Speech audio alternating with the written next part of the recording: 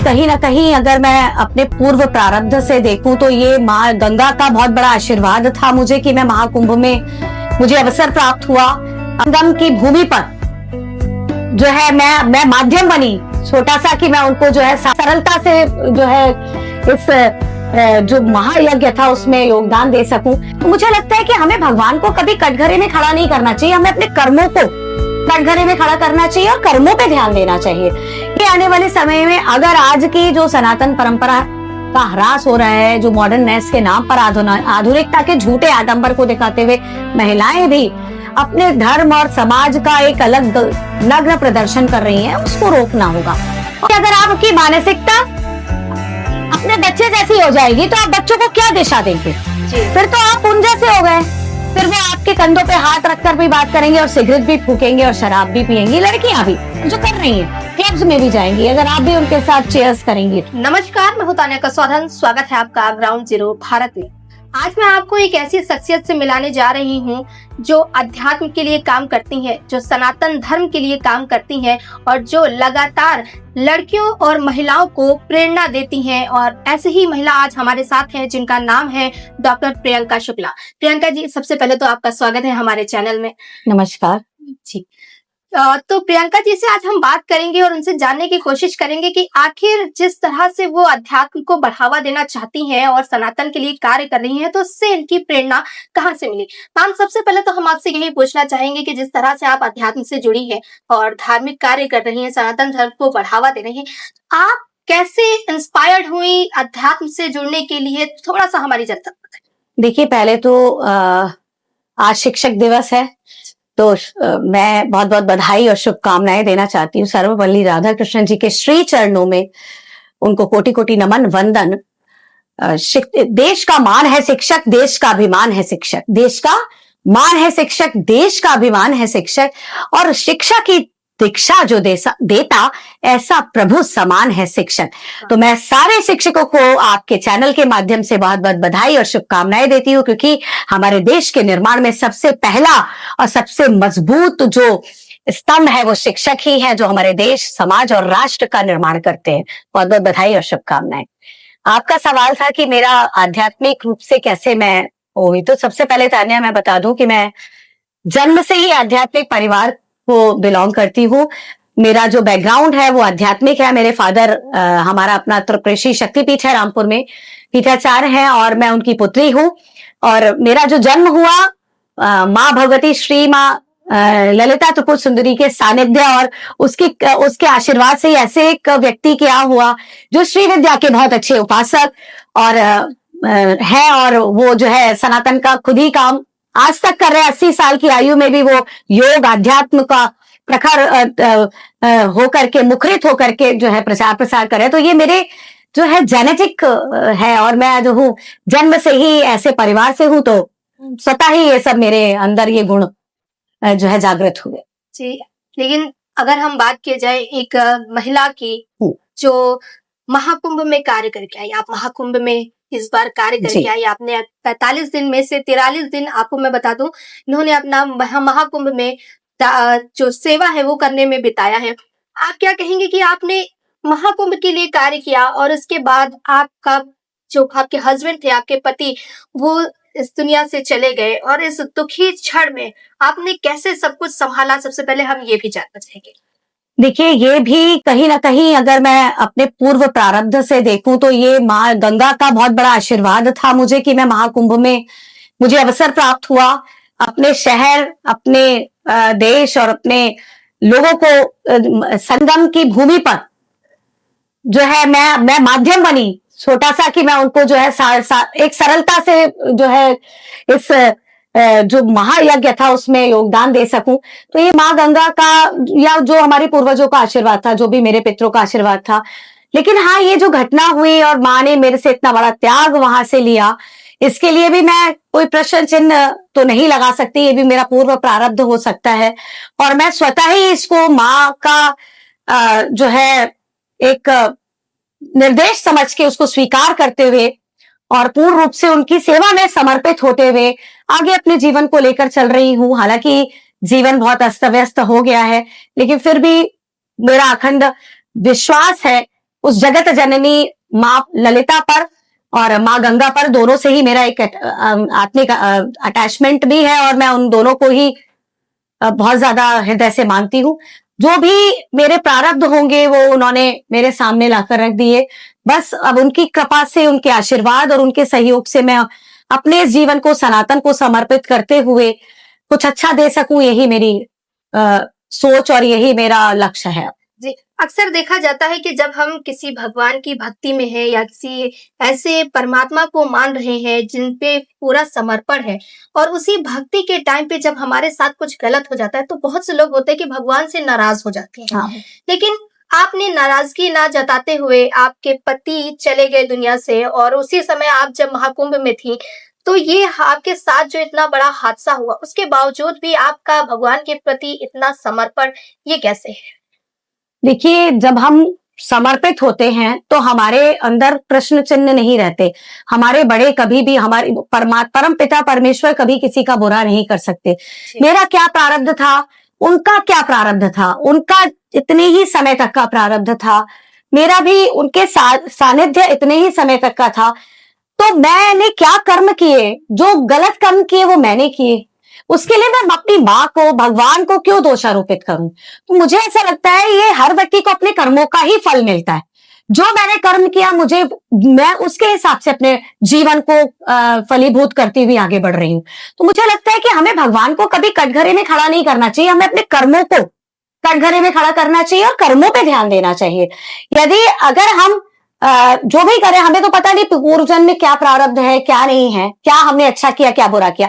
तो हमारे भगवान को जो हमारे लिए सही लगा, उसने वो बेहतर, वो हमारे को खराब तो कुछ करेगा नहीं। तो माँ ने हमारे लिए क्या चुना है, भगवान ने, परमात्मा ने हमारे लिए क्या दिशा चुनी है, वो जानते हैं। मैं सिर्फ उनके बताए हुए, दिए हुए मार्ग पर चल रही हूँ। मेरे पिता मेरे गुरु हैं और मैं सिर्फ उन्हीं के मार्गदर्शन में आगे बढ़ती हूँ। माँ ललिता के प्रति समर्पण है।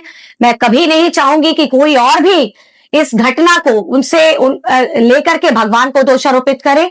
भगवान कभी दोषारोपित करने के लिए नहीं आए, आपके दोषों को मुक्त करने के लिए आए हैं, आपके प्रारब्धों को मुक्त करने के लिए आए हैं। तो वो किन प्रारब्धों को किस रूप में मुक्त कर रहे हैं, ये वो जानते हैं। इसलिए स्वतः ही प्रणाम करते हुए, जो भी घटना आपके जीवन में घटे या आपका जीवन में जो भी शगुन अपशगुन हो, बस प्रणाम करते हुए भगवान को ये कहिए, भगवान अपना साथ मत छोड़िएगा और हमें इस मनुष्य योनि का संपूर्ण सार देते हुए अपने श्री चरणों में लास्ट में स्थान दीजिएगा। जी, तो ये आप देख सकते हैं कि बहुत बड़ी शिक्षा है, जो कहा जा रहा है कि अगर आपके साथ कोई घटना हो रही है, कोई अनहोनी हो रही है, तब भी आप भगवान पर भरोसा रखिए, जैसे कि प्रियंका जी ने रखा है। अब मेरा सवाल आपसे ये है कि आप अध्यात्म से जुड़ी हैं, तो आप अपनी दिनचर्या कैसे शुरू करती हैं और क्या कुछ अध्यात्म के लिए करती हैं आप?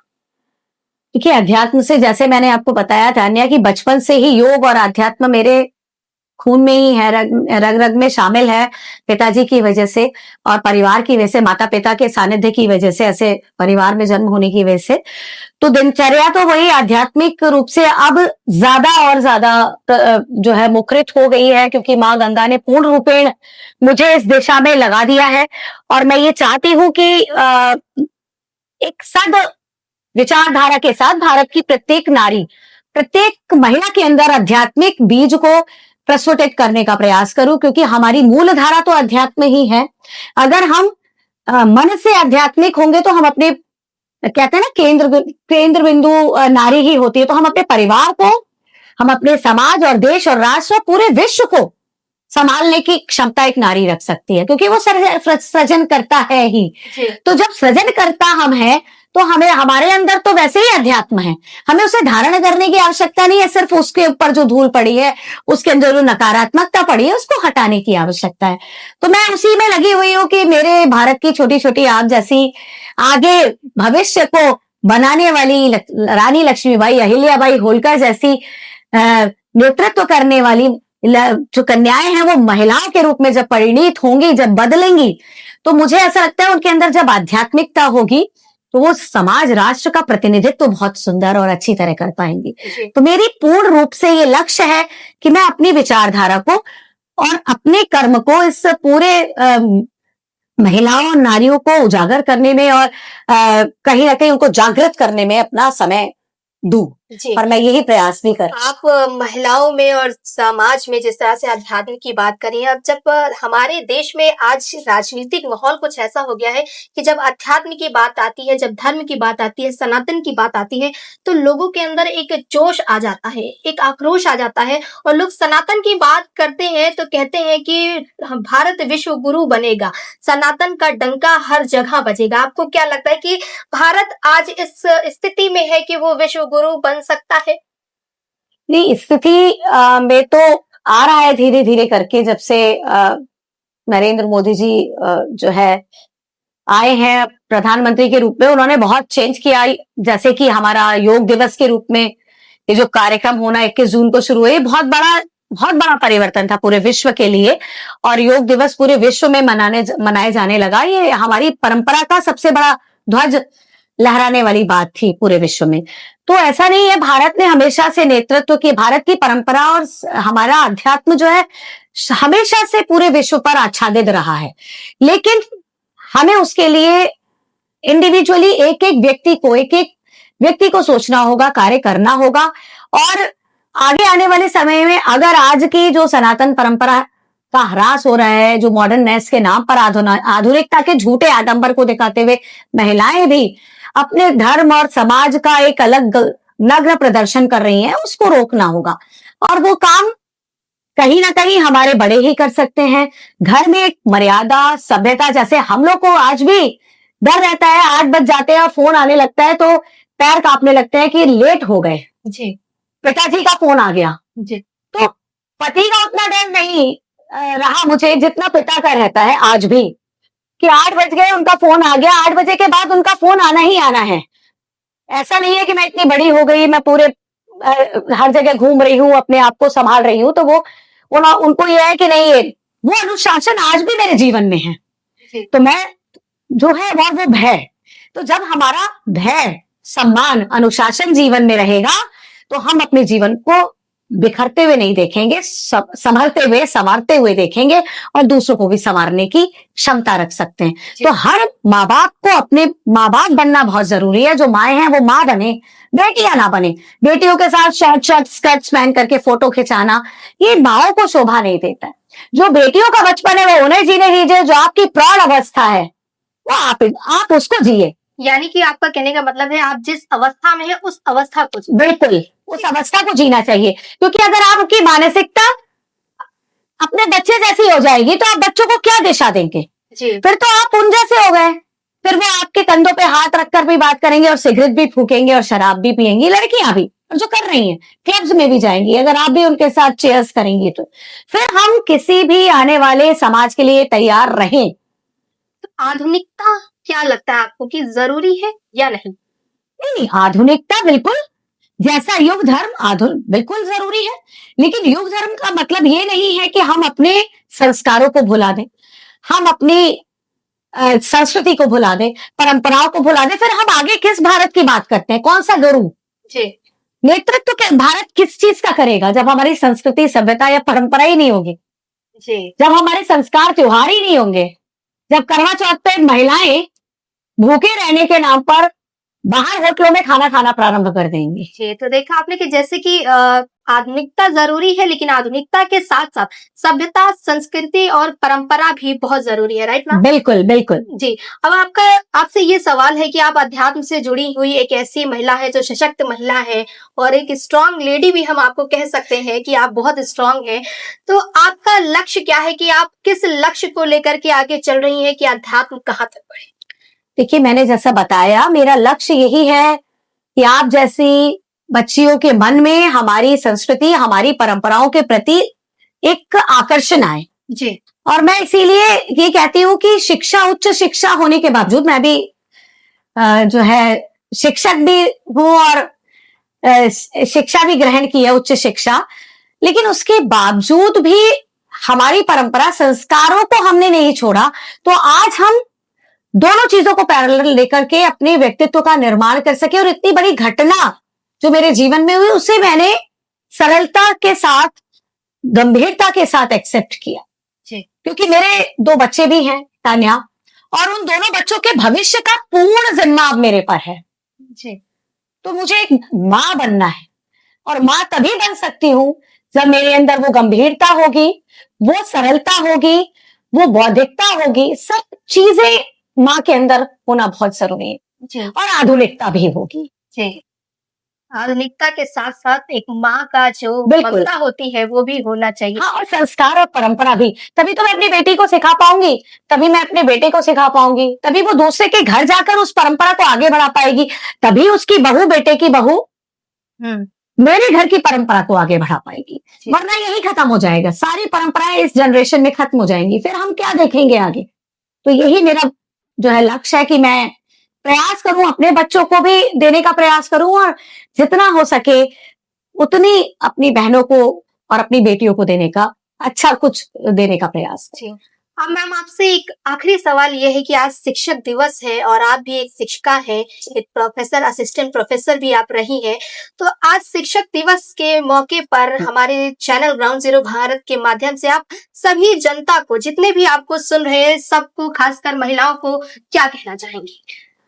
देखिए, चैनल ग्राउंड जीरो भारत के माध्यम से मैं यही कहना चाहूंगी कि प्रत्येक नारी एक शिक्षक होती है। सबसे प्रथम गुरु नारी ही होती है। जी तो बस अपने अंदर की ऊर्जा को पहचान कर शिक्षक बनिए, और अच्छी और ईमानदार शिक्षक जिस दिन बन जाएंगी, उस दिन हर उस नारी से मैं ये कहना चाहूंगी, एक अच्छी शिक्षक जिस दिन बन जाओगी, उस दिन भारत स्वतः ही विश्व गुरु बन जाएगा, घर स्वतः ही मंदिर बन जाएगा, और विश्व जो है वो एक वसुधैव कुटुंबकम बन जाएगा, जो हम चाहते हैं।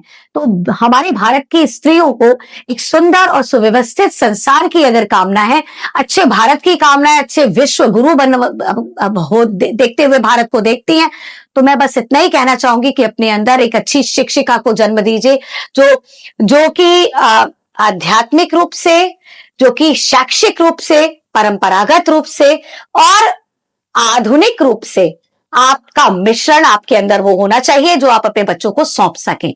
यही मेरी सबसे प्रार्थना है, और सभी नारियों से यही कहना है कि अपने अंदर की नारी को जगाइए, क्योंकि तुम ही लक्ष्मी हो, तुम ही काली हो, तुम ही दुर्गा हो। जिस दिन तुम ये समझ जाओगी, उस दिन तुम्हारा विकास तो होगा ही, संपूर्ण भारत का, संपूर्ण परिवार का, संपूर्ण ब्रह्मांड का, विश्व का विकास होगा। जी यही मेरा सबको संदेश है, आपके ग्राउंड जीरो चैनल के माध्यम से, ग्राउंड जीरो भारत चैनल के माध्यम से। ये जो भारत है ना, वो जो आपने लगाया है तान्या, उससे एक अलग तरीके का ऊर्जा का जो है विस्तार हो रहा है, और मैं आपको भी शुभकामनाएं देती हूँ आपके उज्जवल भविष्य के लिए।